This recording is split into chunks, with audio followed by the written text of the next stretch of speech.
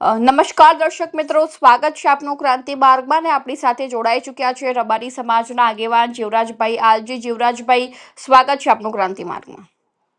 હા, thank you બેન.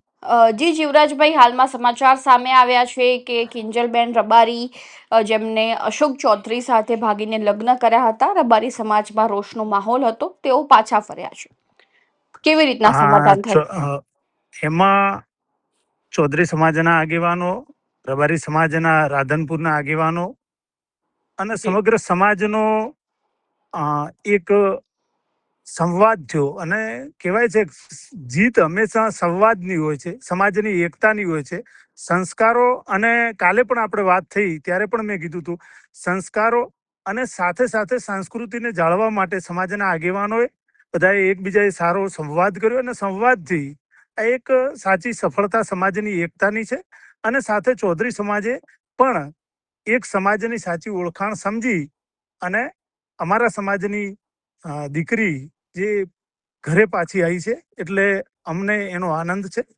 અને એ બાબતે હું અમારા સમાજના તમામ આગેવાનો, યુવાનો, જેમણે સમાજની ચિંતા કરી અને સમાજની દીકરીને ઘરે પાછી આવી, એ બદલ હું સમાજના તમામ આગેવાનોનો આભાર વ્યક્ત કરું છું.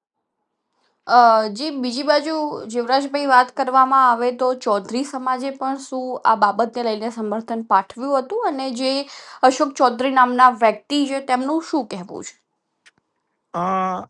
બેન, ચૌધરી સમાજના ઘણા બધા આગેવાનોના તમે વિડીયો પણ જોયા હશે.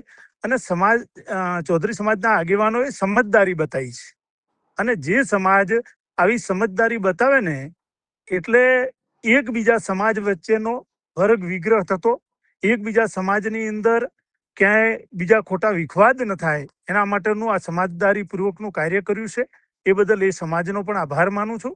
અને આ રીતે એકબીજો સમાજ સત્યતા સમજી અને એકબીજા સમાજને હંમેશા સાચી દિશા આપશે, તો ચોક્કસ સમાજની જીત થતી હોય છે. એટલે આ સમાજે સાથે મળીને જે કાર્ય કર્યું, ગઈકાલે પણ મેં તમને કહ્યું હતું, કારણ એજ્યુકેશન મેળવો, એની સાથે સાથે સંસ્કારનું અને જે આપણી પરંપરાઓ છે, આપણી સંસ્કૃતિ છે, એને બધાએ જાળવી રાખવી જોઈએ. જી જીવરાજભાઈ, આખરે સમાજના બંધારણની સામે દેશનું બંધારણ ઝૂકી ગયું? ના, ક્યારેય નહીં. દેશનું બંધારણ છે એ પણ અમારા માટે, અમે એનું એટલું સન્માન કરીએ છીએ અને એના પ્રત્યેની અમને પણ ખૂબ કદર છે, અને એને પહેલા અમે સન્માનની દિશામાં જોઈએ છીએ. પણ સમાજનું બંધારણ છે ને, એ સમાજની સાથે જીવવાનું, સમાજની પરંપરાઓ સાથે જીવવાનું અને આજીવન માટે એનું જીવન જીવવાનું છે. એ બાળક હોય અને એની બાળકની બુદ્ધિથી નાની મોટી કોઈ ભૂલ કરે, તો એ ભૂલ સુધારવા માટે હંમેશા એના વડીલો છે, એ વડીલોનું માર્ગદર્શન હોય છે. આ વડીલોના માર્ગદર્શનથી આ એક પ્રશ્નનું નિરાકરણ થયું છે. મેં તમને કાલે પણ કહ્યું હતું કે આ દિશા, અત્યારના જે બાળકો છે એને સામાન્ય બાબતમાં એકબીજાની વાતચીત થાય, લાગણીમાં આવે અને એને પ્રેમ દર્શાવી દે છે. એ પ્રેમ નથી હોતો. પછી આજીવન માટે બંને પરિવારો, બંને સમાજોને અહીંયા બધાને સાથે ગામડામાં રહેવાનું હોય છે. એટલે એકબીજાની સન્માનની વાત હોય છે.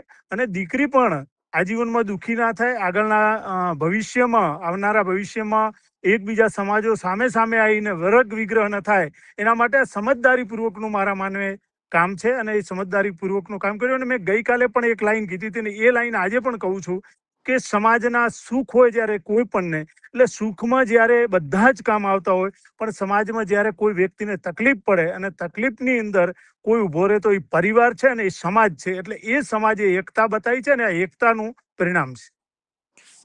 જી જીવરાજભાઈ, ધન્યવાદ આપનો માહિતી આપવા બદલ. ઓકે, આભાર બેન આપનો.